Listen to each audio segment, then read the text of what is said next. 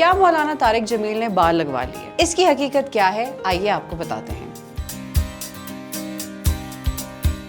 आलमी शोहरत याफ्ता पाकिस्तानी इस्लामिक स्कॉलर मौलाना तारिक जमील ने भी बाल लगवा लिए, जिसकी वीडियो सोशल मीडिया पर वायरल हो रही है। हेयर ट्रांसप्लांट क्लिनिक ने अपने सोशल मीडिया हैंडल पर मौलाना तारिक जमील की कुछ वीडियो शेयर की हैं, जिनमें वो डॉक्टर के साथ बात करते दिखाई दे रहे हैं। वीडियो में डॉक्टर को मौलाना तारिक जमील के सर पर बाल लगाने के लिए मुख्तलिफ निशानात लगाते हुए भी देखा जा सकता है। एक और वीडियो में मौलाना तारिक जमील बज़ाहिर ट्रीटमेंट मुकम्मल होने के बाद सर पर सर्जिकल कैप पहने हुए हैं और इस दौरान अपने डॉक्टर को 100 रुपए के नोट पर अपना दस्तखत करके दे रहे हैं। मौलाना तारिक जमील ने हेयर ट्रांसप्लांट क्लिनिक से क्या सर्विसेज हासिल की हैं, उनसे मुतालिक तफसीलात शेयर नहीं की गई और न ही हेयर ट्रांसप्लांट के हवाले से मौलाना तारिक जमील या उनके बेटे की जानिब से कोई तस्दीक सामने आई है।